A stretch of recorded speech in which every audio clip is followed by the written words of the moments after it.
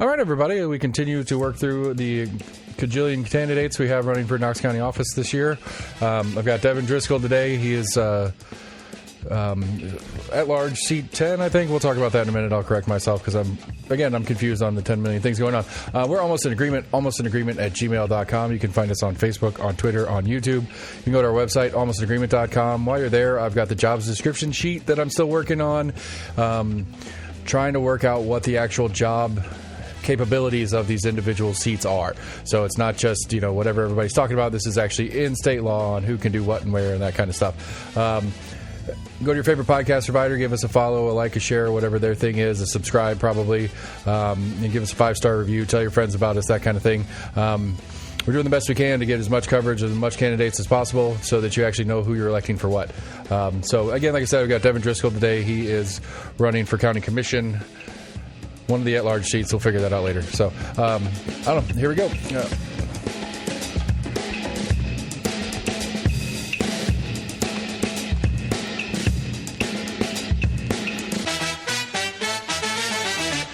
Mr. Driscoll, sir. Cletus, before we say anything, you have the best entrance music I've heard in a really long time, man. I'll take it. I'll take it. That's a win. I figured out, with it, man. I think it's, I don't know. Somebody figured out how to put me in a good mood real fast, and it's either compliment my music or tell me you listen to the show, and then from there I'm melting like butter for the rest of the show. Well, two for two then, man. But I'll tell you, it's got a very I feel like I'm in a game show, like back in Seinfeld when I was the Kramer game show he had that time. That's what I feel like I'm entering. It's kind of fun now. Right, it works.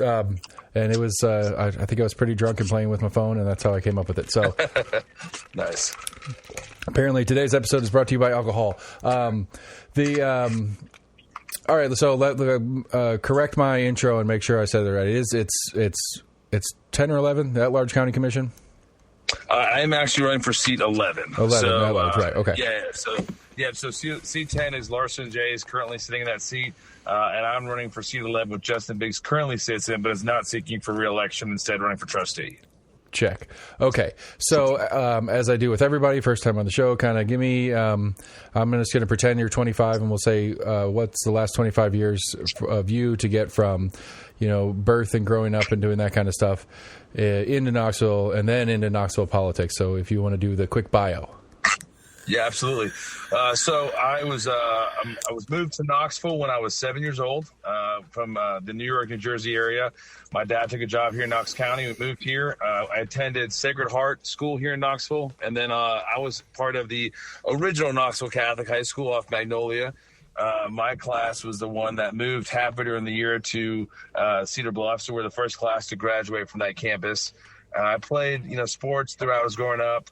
Basketball was my main sport that I was kind of focused on. Then when it came to college time, I got some opportunities for basketball, and I actually got some opportunities for golf as well. No one actually believes that because they don't look like a golfer, but the opportunities were there. I played golf initially, with my dad, just something we could do together, and then kind of worked out that way. I ended up going to Fordham University in New York City in the Bronx. John Daly's a golfer, so it's not like there's a golfer body type that is officially the thing. I mean, Tiger Woods and John Daly are both very good golfers. One's better than the other, but I'm pretty sure Daly's issues weren't about his physique more than they were about other issues that he had while golfing. But anyway, you went to Fordham. So I've never gotten the John Daly reference, but I'm gonna go with it. But I mean, I don't know. I don't know what you look like. You're on the phone, so I'm not trying to call you fat. I didn't mean it that way. No, I'm just messing with you, bro. Anyway, I went to Fordham after my freshman year. I was playing golf up there. I kind of got in love with strength and conditioning and training and lifting, and I started training athletes. We didn't have a strength and conditioning department at our school, but I started to train some of the athletes there that I was living with in the dorms. And long story short, I fell in love with part of the initial strength staff up in New York.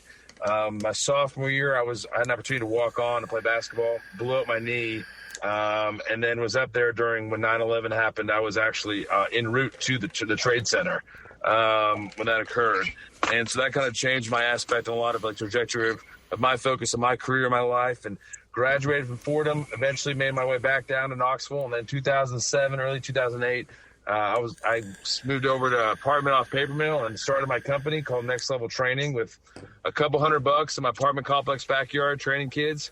And then slowly evolved it, moved from space to space. And when I first started, I had like 11 or 12, I think it was, competitors with, great name ID, capital behind them. And I was just kind of the guy that just showed up and worked. I was very lucky that I had a lot of local business owners and leaders in the area that supported me and helped me grow my business. And when I first started it, I wrote a business plan for every school in Knox County, private and public, and literally went and knocked on the door of every athletic director and presented an individual business plan with the opportunities and the hope of eventually working with them. And slowly but surely over time, we just kept growing trust and building relationships within the community and kind of reinvesting everything we did back into the young people in East Tennessee. That's always my passion. I've always loved working with kids. I've coached and worked with kids now for over 20 years. It's just something it's a passion of what I was put on this earth to do, I think. So part of the time, I really believe that's what God planned for me, was to help young people in a variety of ways. And so I'm very lucky and blessed to do that. And then slowly but surely, we just kept growing our business till I bought out my competitor at the time, was D1 Sports Training, in 2017. And now when I bought it, it was kind of lower level of D1s. And now out of the 72 in the country, we're the number one as far as total gross revenue goes of all the D1s in the country. I own 5 other ones. And I also help with our corporate development as far as other facilities opening throughout the year. So I'm the one that calls and works with local officials, developments, and no matter what the territory might be. And then I'm married with my wife, Allison, who is literally my entire life. I met her. I'm lucky. I'm talking to you because of her. And met her. We got married in 2013, and she's from Knoxville, born in Knoxville. She was a majorette at Tennessee. She worked for WVLT for a short period of time, and now she's at home with her 2 amazing kids. We got a 6-year-old Ryder. And then I've got a 1.5-year-old named Charleston. What year was she at UT? So she was there. Okay, give me a second, Seth. I should know this. So she was busted. She was no, all right. So she would have been there. So give me a second. 2000 and so she's 30. She'll be. I don't want to say her age on this. She was there after me. That's really all I was after. I marched at UT in 2000, 2001, and then again in 2001, 2002 seasons. Yeah, so she was a little bit after you. About 4 or 5 years, I believe, after you. All right, so you said her age without saying her age. We'll say it was after that. But she was, so she was there, and my father-in-law was in the band and at UT. But needless to say, the biggest thing with that is her and I both have been in this area for so long, and this is our home, and we have a community-based business, and now it's pretty cool because we get to work with young people and other things. And we started basically a development program, a workforce development program. About 3 or 4 years ago, I totally stole from Wes Stowers, who does an incredible job down at Stowers Machining with this program. But it's basically now about half our staff at Knoxville is kids that I trained, when they were younger. So it's a great opportunity for us to continue to give back to communities, and that's kind of why I'm at where I'm at and doing what I do. But that's the quick synopsis of me and my background.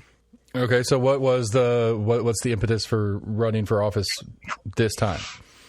Yeah, no, so this is the first time I've run for office. And, it came down to, it's been something I helped out with Mayor Jacobs' campaign when he ran for mayor. I've known Mayor Jacobs now for, over 10 years. And so I was helping him with his campaign, and I've always been a big supporter of him, and I've always had a passion for local politics more than anything. And I think for me, I got saved in 2018 and baptized in my church, and it's something that really changed my life, and it really just made me want to serve more than ever. I just felt this real calling to serve, and during the last 3 years, more than anything, I've just been more involved in different areas of local politics in a variety of ways. But the biggest thing was what kind of pushed me over the edge was 2 things. One, working with young people, our core competency is high school athletes. That's kind of our real niche, our core competency for sure. And so much over the last, 15 years, I've seen so many young people graduate high school and go to Charlotte, Nashville, Atlanta for career opportunities, and then they're leaving Knox County. These just great leaders.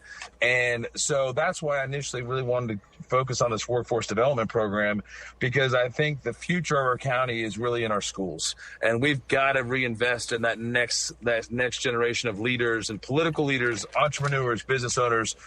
So initially, that's one of the main reasons I've wanted to get into local office, especially county commission. Secondly, for me, I've got 2 young kids, Seth. You know, I want to make sure they have the opportunities in Knox County that I've been very lucky to have.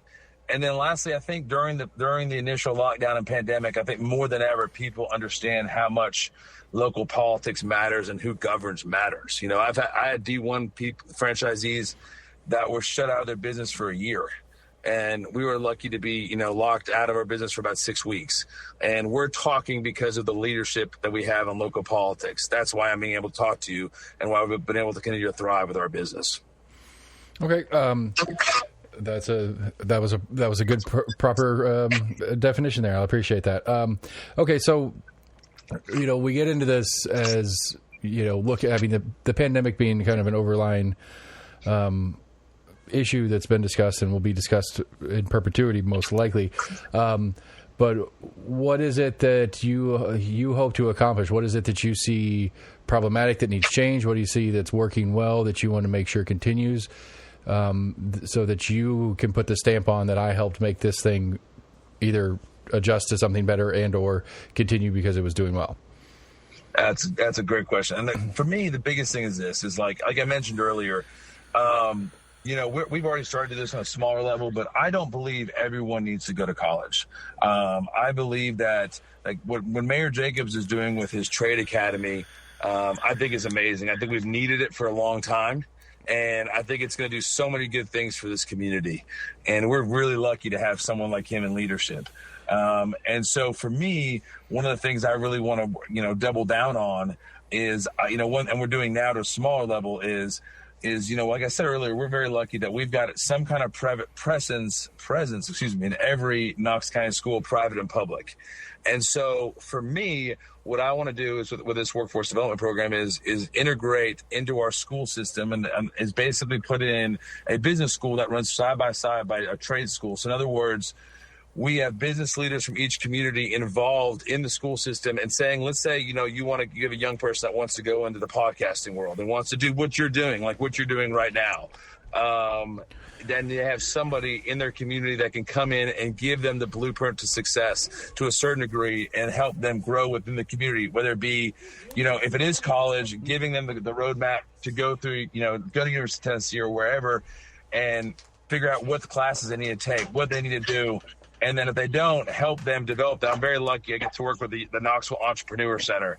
And there's a thing called the Big Idea we do every year. And getting to help the next generation of entrepreneurs, there's so many great ones out there. So if I can help, first off, continue to grow something like that with our young people, it's just going to help with all these other companies that are looking into coming to Knox County. They're going to need that workforce.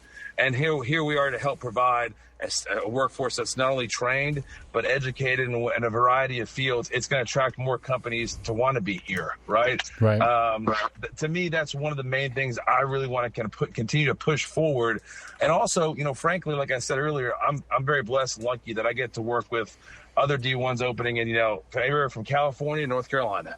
And people that don't know this, like we have it so good here in Knox County as business owners, like having the opportunity to, operate and own a business here in Knoxville, in Knox County specifically. It's a very business friendly community. I want to make sure we continue that. And then in the future. So that's just going to attract more and more businesses and more cash registers here in Knox County. Yeah, because one of the things for me is I'm a small business owner too, and I'd like to pretend like I could teach anybody about podcasting, but realistically, YouTube's going to do it better than I can, no matter how hard I try. But other small business that isn't the podcast, because actually I think the IRS considers this a hobby, so they won't let me write off expenses yet. But that's a whole separate federal government issue. I do like the idea of combining some basic business elements to the trade school things, because better example than a podcaster would probably be, you get a kid that's getting trained in electronics or in maybe plumbing or something like that. Instead of having to go work for some other plumber, he can go start his own plumbing business, and he has some of the tools not only to functionally do the job of plumbing, but can also functionally manage his funds and stuff like that, and do the business and go through the red tape that is part of the game that we must go through. Because one of the interesting things to me, especially because I have two locations, one's in the city, one's in the county, the difference in trying to deal with the two entities and the rules and regulations and all the things like that, which is one of the things that, to me, long term is something I think Knox County needs to work on as a team. And I don't know how that looks as far as getting county and city more level as far as requirements and stuff like that, so that, somebody like myself, who my original business is in the county, and we went through and get all our different stuff, and then a whole different set of paperwork regulations and all that kind of stuff to do it again in the city for the same business, essentially. And so I'm curious to see how some of those things change over time. But I mean, I hear a lot of school stuff, and one of the things that I like to focus on and trying to understand is where the different authorities lie to do some of these things.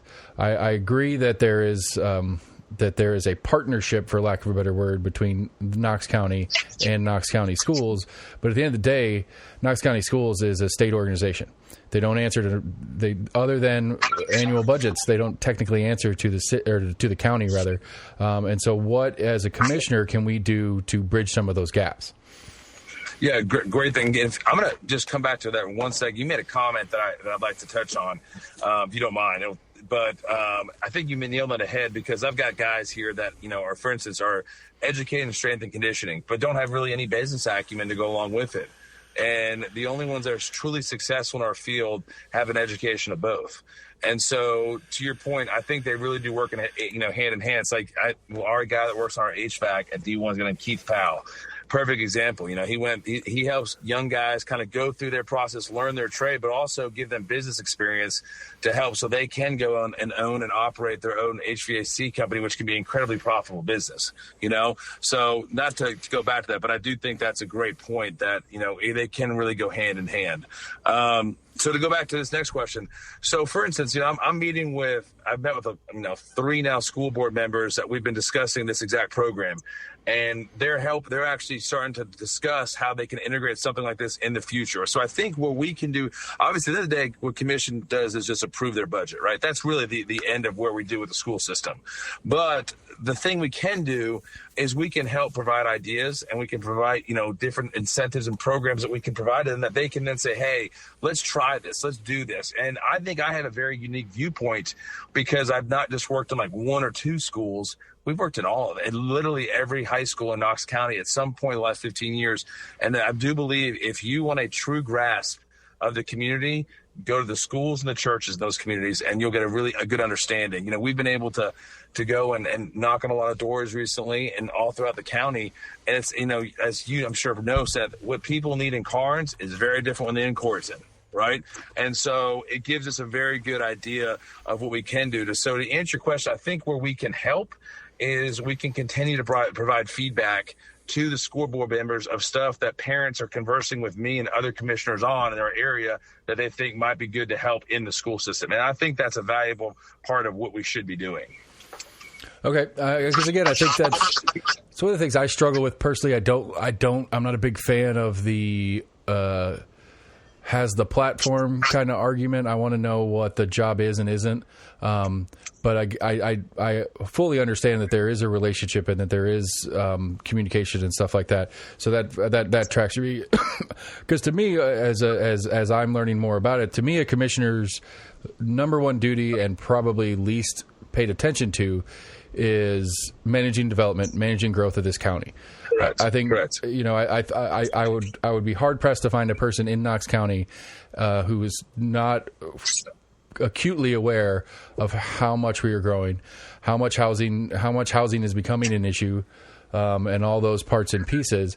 And so, as a commissioner, where do you sit on, like, how do we balance that growth versus the unique identity that is Knox County?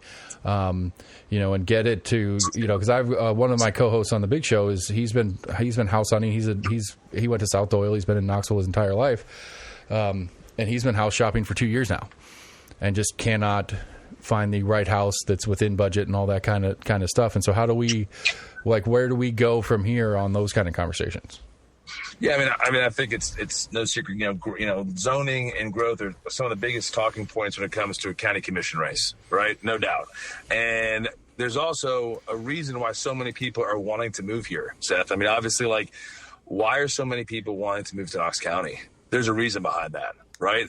And so, besides the fact we have an amazing, just great area with the mountains and all this stuff around us, that's great. But also, it's such a friendly place to live when it comes to where you can live, how you can live, and then how you can operate and live within this county. Now, I will say the housing market, it is a discussion. I was at something recently where they said, I believe the number was they have less than 1,500 houses currently on the market. And so they are developing the area to try to keep up with the demand that is there for housing in Knox County. To talk about your coast, we went through a similar process. We sold our house and we're looking for a new house, and it was a very hard process, a very stressful process. So I understand where he's been through, because I lived through it myself in the last year. With that being said, I do believe we need to continue to develop the area, but we need to do it intelligently. We need to do it smart, and we need to make decisions on the front end for the future, because it's much easier doing the front than it is the back, right? And I think that we need to be fiscally responsible in our development. We do need to continue to grow, but we need to do so that's smart, and we need to do it in a way that continues to help the community now and down the road. Okay, and so what do you say stuff on the front end? Like, what are we talking about? Well, I think we need to, when we build neighborhoods, we need to continue to consider like how we're going to increase infrastructure. And listen, I know a talking point that is either going to come up now or later in the conversation is going to be taxes. Let's just call it what it is. Like, that's one conversation people are discussing in this area as a way to kind of combat infrastructure, right? And so for me, I do not believe we need to raise taxes, Seth, right now, because I think right now we are in the highest inflation we've had since the Carter administration. Right. And there's, as someone that, has two kids and a family and are dealing with families throughout the county right now, everything's going up on people, from milk to gas to everything else in their everyday life. And so I don't think now is the time to take more money out of people's pockets. Like, I do believe, I trust the people in the county know how to spend their money better than the government does. And I oppose the tax increase right now. I do believe that there's ways we can grow this area and provide what we need without raising taxes. So.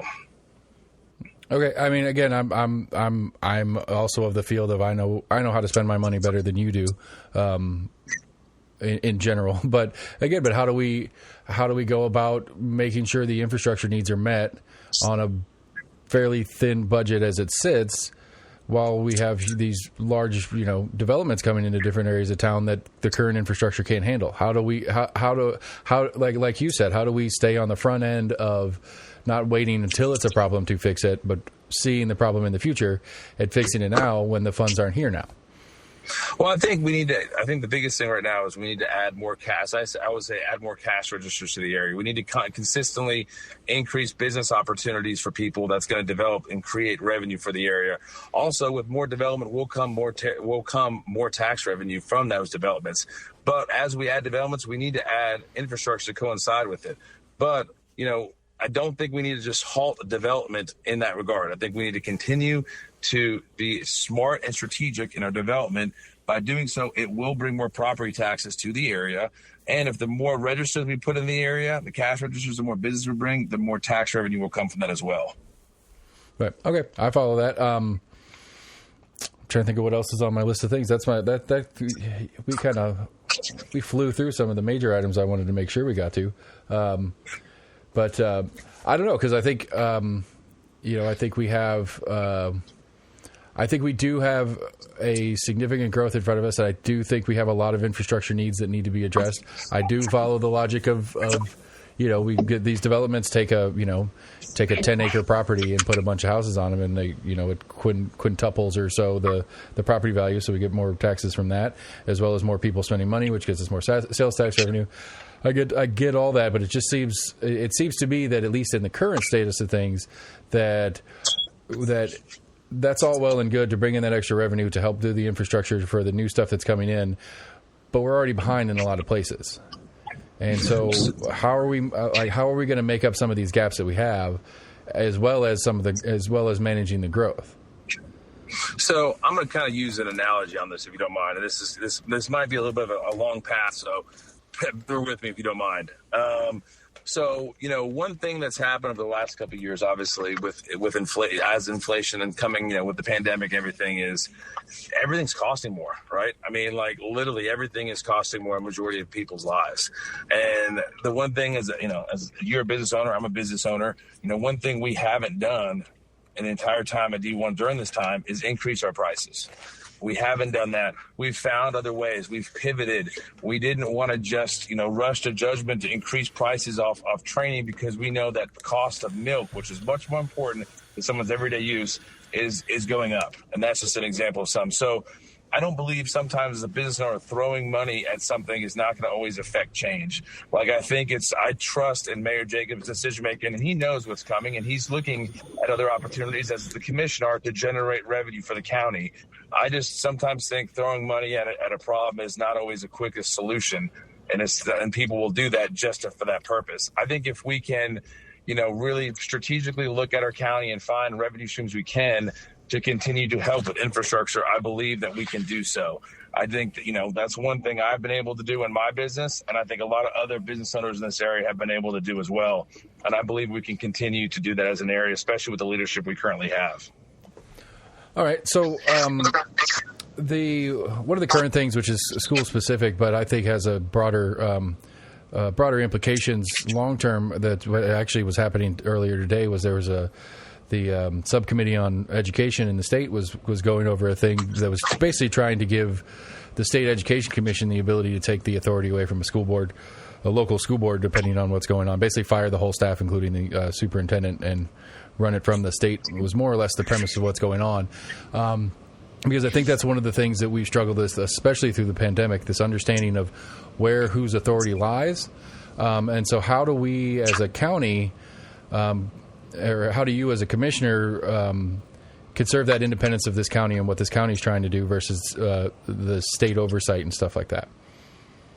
I think the one thing I've heard a lot, and I think, Seth, you would agree with this, but I've listened to your show at length, and the one thing I hear a lot in your show is like the word conversations, right? Conversations and communications seems to come up a lot.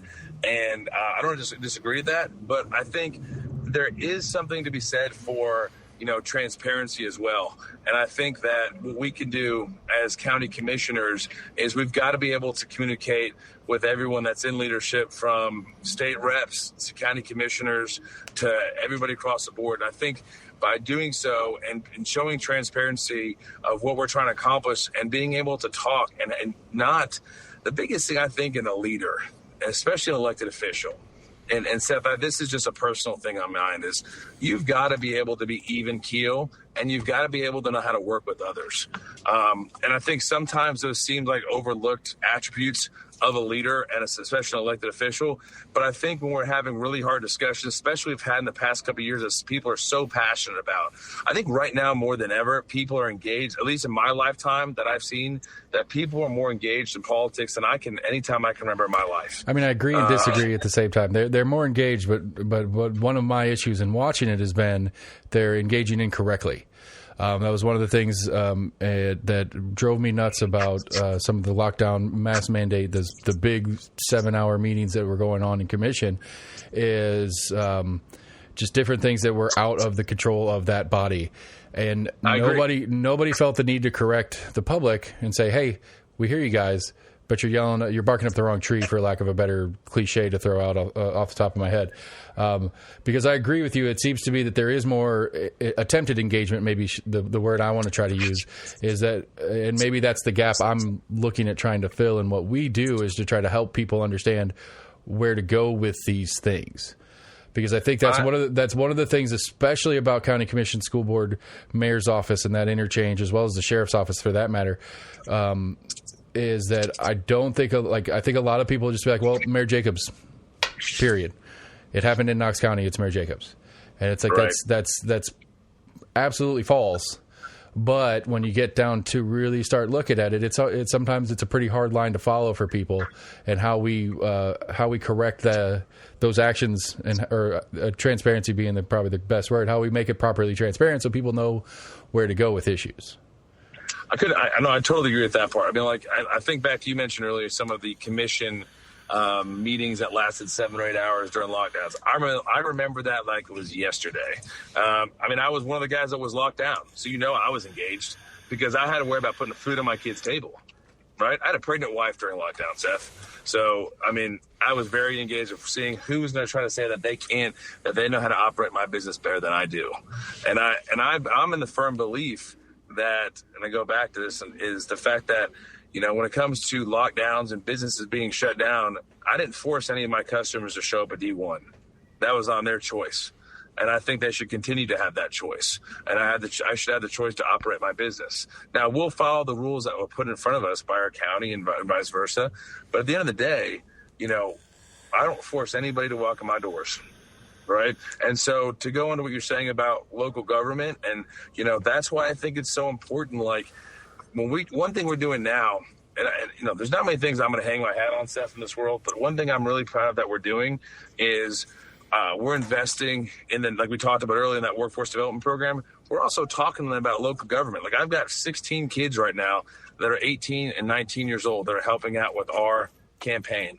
And we're spending time on talking about issues every day. Every Saturday, when we go to lunch as a team, we talk about local issues. We talk about what's going on and who can be involved with what and how you can get involved, and also who can have the authority over certain things. So, at the end of the day, education is the key to success, right? And so we bring in, I try to resource people that are in the area as well, that are the best at what they do, to speak to people that we're working with. So they do have a question. I was door knocking the other day, and somebody was very passionate about something going on in the school system. And I immediately referred them to their school board member. They reached out, they had coffee, and they got the answers they were looking for.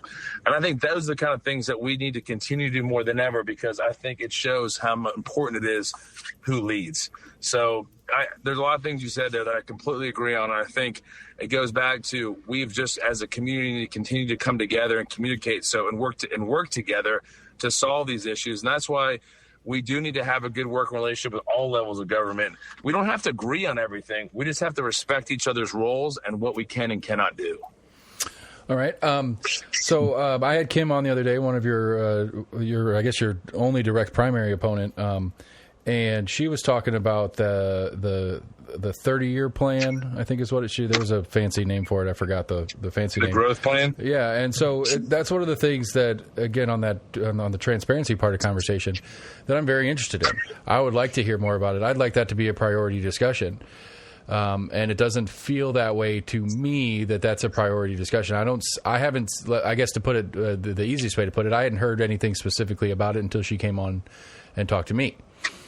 And so, again, how do we get with all the engagement that we know is happening, how do we get people to engage in the things that are the broader picture things instead of the immediately right now, I don't want my kids in masks in school, or whatever the thing is that they're pitching a fit about at the city county building? Right. Yeah. I mean, when it comes to growth plan, anytime you have as many people living in one place as we do in Knox County, it's important to have a plan, right? And what's even more important is who's making the plan. I'm not trying to sound like a broken record here, but I do trust Mayor Jacobs to put forward ideas that it's going to help our county grow without taking the easy way out. But I do think it's important to get this information out to people. And I think that's why it's important to have multiple platforms that people are utilizing and accessing. One other thing I do believe is I think it's important to get this information into the schools and into the people's hands where people are, right? The one thing is, obviously not everybody has a child in Knox County School. That's not like hitting a dead horse here. But we need to go where people are and where people will listen and get this information out to them. It is a very complex plan.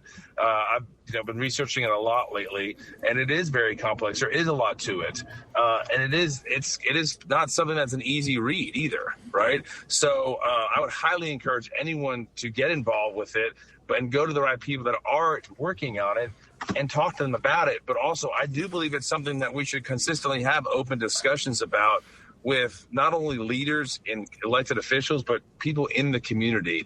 I know there's no right, wrong answer to this, right, Seth? We just got to consistently find ways to get information to people, the stuff that does matter. Because let's be real, at some point, masks are going to go away. The mask conversation is not going to be something that's going to be as prevalent as it is today as it's going to be in the future. But these are the kind of things that do matter for 20 and 30 years from now. So I think constantly pushing out that information to people is so important right now. and knowing how to get it to them is another one. Man, I'd like to agree with you, but I remember like a year ago, I had somebody from commission on, and we were talking about, I was trying to not talk about COVID and not talk about masking, because that was my argument then. It's like, this isn't going to last forever. We need to look on, we need to see what's going on past this pandemic, and here we are a year later still playing the game. All right. So I don't know. I think we've covered a lot of stuff, and I don't want to cut short, but I feel like I'm running dry already. It's different. I don't know. It's more comfortable for me, and when I have somebody in front of me, like I wish you were here in person, because I don't feel like I'd be as stammering as I am currently. So 30-year plan. I don't know. Help me out with something that came up in door knocking that you thought was interesting that you'd like to share. Run my show for me. I'm not very good.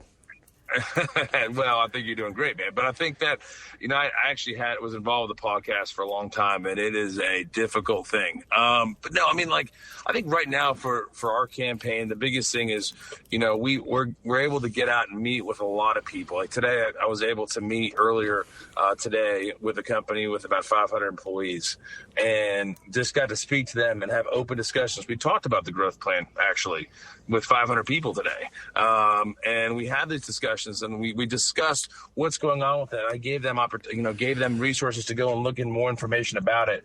The one thing about county commission, I know you've talked about before, is what's really cool is the at-large seats. You get to work with every commissioner, you get to work with every area, and everyone has different strengths and weaknesses. And I think that's what's so cool about county commission is, as I look across the landscape, there's some commissioners that, in different areas that are involved with different things. And here we are, the people that are currently running or sitting in at-large seats have the opportunity to work with all of them in different ways. I think there's some advantages to somebody that's been able to do and work with a lot of people all across the county in a variety of different ways. And, and there's a lot of people out there that do an incredible job. Like, I look at somebody like Kyle Ward, who's just done an incredible job and made hard decisions. And I think the hard thing with sometimes people forget, but I don't, is that, this is not a popularity contest. When you're on county commission, you've got to do what you think is right. You got to take in all the information, make informed decisions, and listen to everybody's opinion, and then make those decisions and vote on important things. So, it's been an incredible experience getting to meet such a variety of people throughout the county and discuss what's, like I said, what's important in Corton and what's important in Gibbs. There are in Carnes. There are some overlaying factors that is consistent throughout the area. But there's also some things that are really consistently needed in certain areas. So it's been an incredible opportunity over the last, I started my campaign in March of last year, meeting with people and discussing different things, and just been a constant thing that we're doing. Obviously we're working harder than ever right now, and it's just been an incredible opportunity. I wouldn't have been able to meet with you probably and had this discussion with you. So it's just been one of those things that's been a very rewarding experience. I look forward to the opportunity to continue that, hopefully, as our county commissioner in seat 11. And, one thing I've strived for since the beginning of this campaign was to outwork everybody. I can't worry about what people say about me. I can't worry about what people do or anything like that. I only can worry about things I can control. And what I want to make sure is that when this campaign is over, that everyone says that guy outworked everybody. That guy knocked on more doors. He met with more people. He did this. He did that. And I think we're doing a pretty darn good job of that right now. And that's what I want to continue throughout the next few weeks and months. Right. Because it is going to be, it is interesting to watch strategies at play. We're still a little early when it gets down to the brass tacks of when you guys really start getting real busy. But watching strategies run out, whether door knocking is the preferred method or, paid ads on a TV channel or something like that. Just a game of politics, I suppose, is fun to watch, especially when you're not in it. So I don't know. I'm trying to think, like, what is, so like this last year we had like, non-pandemic items, major ones being like the stadium project. There's conversation about maybe getting a new mental health facility built since Lakeshore shut down about a decade ago or whatever. I don't know. What do you see as potential major projects that can, like, substantially major projects for Knox County in the term, ballparking in the term, because Mayor Jacobs is running now. So in the 4-year window, of being a commissioner starting at the end of this year, what are some major things that you see or have heard about in the pipeline that might be something that people aren't really aware of yet or something like that? I think the development on Watt Road is going to be an incredible opportunity for this area. Are you familiar with the sports complex going off Watt Road, Seth? I'm not. I haven't been out. I'm not that far away, but I haven't been that far out.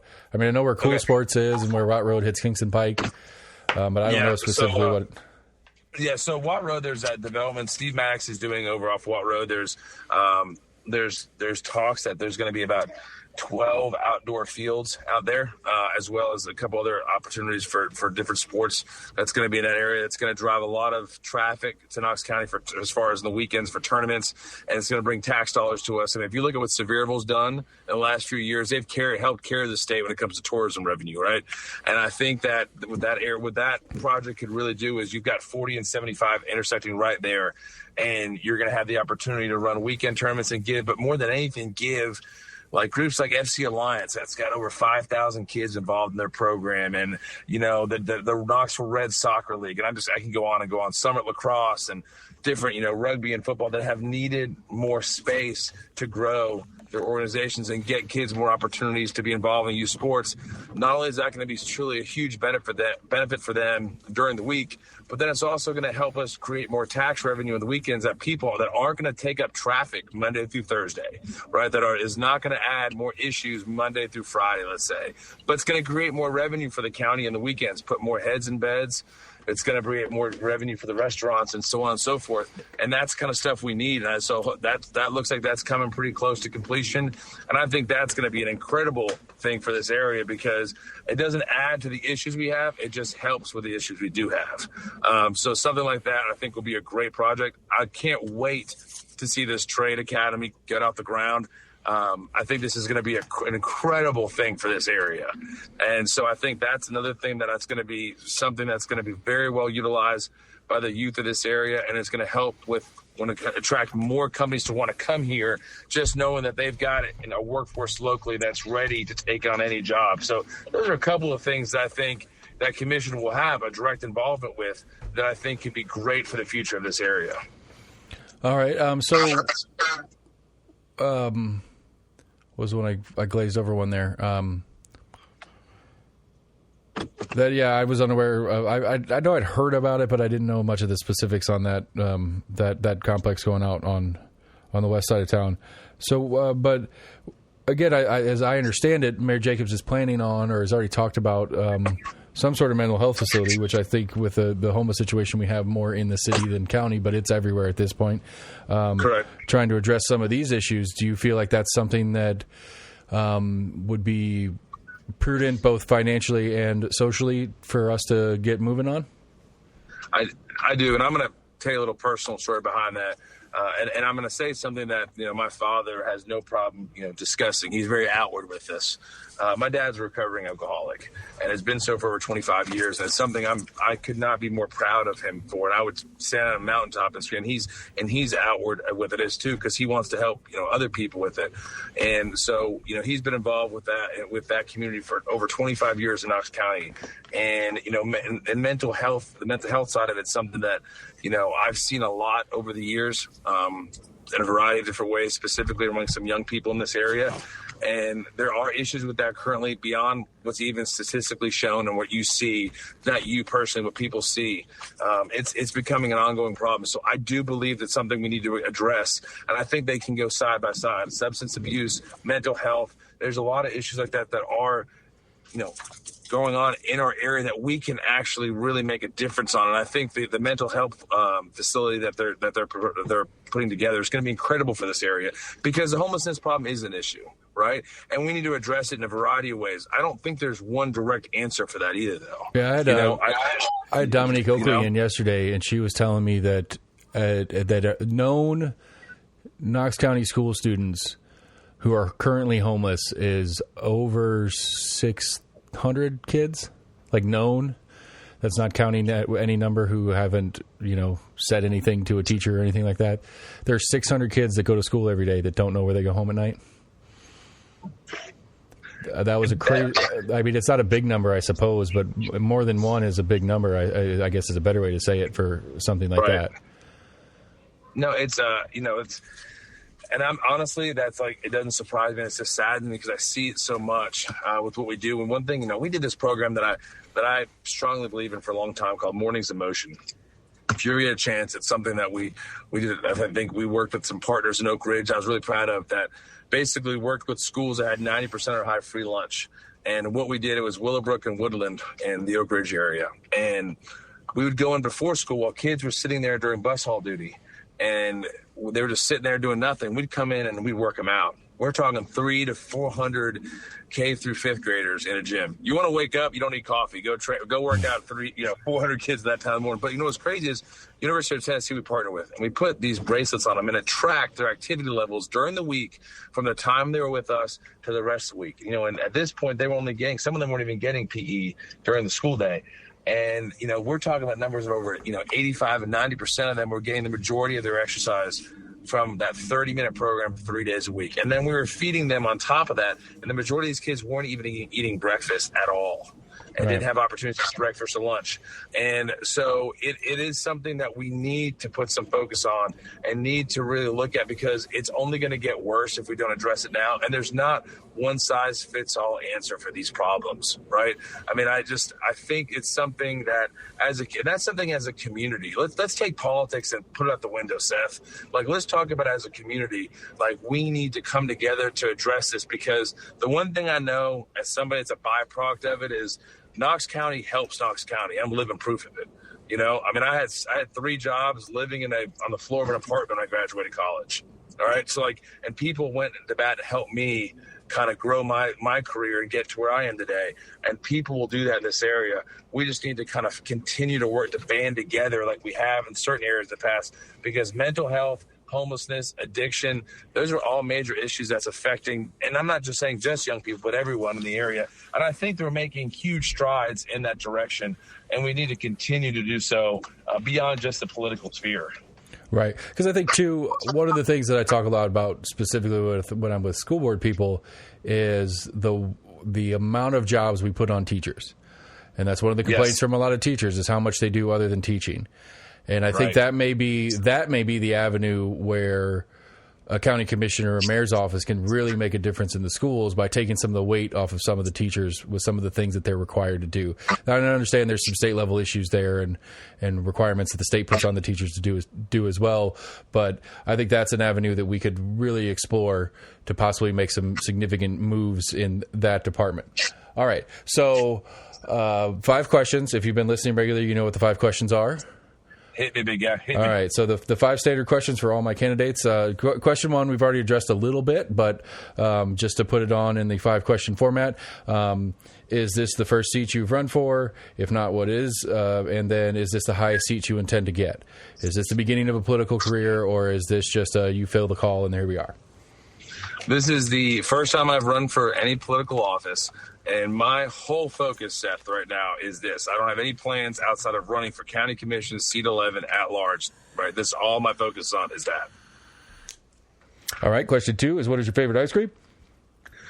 I am a big fan of Cruz Farm down on the old on Gay Street. Their cookies and cream is legit. I had that for the first time on Sunday. I was down there for a Scouts thing, and my mother-in-law made it impossible for me to say no, so I had to go have some. My wife had talked about it for a week. It's like probably, I don't know how long ago, maybe a year ago. And we went down there, and it is something I could eat probably every day, but I don't think I'd be owning D1 if I did. But it is phenomenal. Or I'd be a client. Right. You'd have to be a serious client. All right. Number 3 is, what's your favorite place to eat? My 2, I got 2. I hope I'm not breaking the rules, but I got 2. It's a tiebreaker, man. I've got 2. One is Dead End Barbecue down in Sutherland. Like, if I could have any meal every day, it's bricktop chicken and the sweet potato fries. It is my favorite meal in Knoxville. Behind then, a close second is, and anybody that sees me on social media knows I post about these 2 places all the time, is Louis down off of Broadway. Their pasta tray and their garlic bread. This sounds really good for a trainer that's used to train people, right? I mean, you got to carb up for you got to carb events. up, man. Yeah, those are my 2 favorites. Man, I was not. I'll have to say it. I was not impressed with Louis the one time I've gone. I might have to give him another try. but it's been years since I've been there. So, all right. So, number 4, we get back into actual politics. Do you feel like partisan elections help me, the voter, in understanding who you are as a candidate and your opponents and that kind of thing? Do you think partisan elections are beneficial to the public at large who is trying to make a decision on who to hire for this job? I think they are. And I'm going to tell you why. I think there's certain things when people think of Republican or they think of Democrat, that there's certain things that they're automatically going to attribute to from a value perspective that's going to start the conversation more in a general election than anything. And I think in a primary, I think it's important to research the candidates so you can find which one most aligns with you and your thinking. But overall, I do believe it is helpful to the voter. Yes. All right. And so question 5 is, you are running as a Republican, obviously, and I need you to name and tell me a little bit about a Democrat that you like. Mine was, I'm going to choose a guy. I've always been a big fan of this guy. I just have respect for him. We don't agree on everything. We agree on some things, and that's he's John DeBerry. He's a former state rep from Memphis. Just because we disagree doesn't mean we always have to be disagreeable. It's been a line I've always had, and he's pro-life and believes in education freedom, and he was super respected on both sides of the aisle. He served a national, don't hold me to this, 20 to 25 years, I believe. Didn't he get kicked out of the party last year, though? He did, but he stood up for what he believed in. And, in life and education, freedom are things he believed in. And I respect a guy that at the end of the day is going to stand by his beliefs more than anything. All so right. I think that says a lot about somebody where, because at the end of the day, man, I said this, Seth, when I first started this, like, my most important things are my wife, my kids, my faith. I'm not going to jeopardize those 3 things for anything. And, and he didn't either. He was going to stick by what his beliefs were. I respect that about him. Right. I agree with that portion of it for sure. I'll accept that answer. It's harder when I've had a couple independents in here, and it's really hard to ask that question when they're not technically affiliated with a party. All right, so take a minute, give your plugs, tell people where they can get a hold of you, what the best method to learn more about you is, stuff like that. Yeah, so our website is driscollfordocs.com. We're on Facebook, we're on Twitter, we're on Instagram, as well as you can hit me up on my cell phone, 865-789-2830. Our biggest thing right now is just meeting as many people in the community as possible and getting out there and talking about issues that affect them directly in their day-to-day lives. And man, Seth, I just want to take a second. I mean, I know I should be plugging us, but like straight up, man, like I appreciate you hitting me up on this. You've got about 30,000 people on this ballot that you got to interview. And I'm probably leaving out some because there's so many elections on this ballot. Right. So I mean, I haven't even started looking at the state level stuff yet. I'm trying to get through as much of county before I even begin to look at.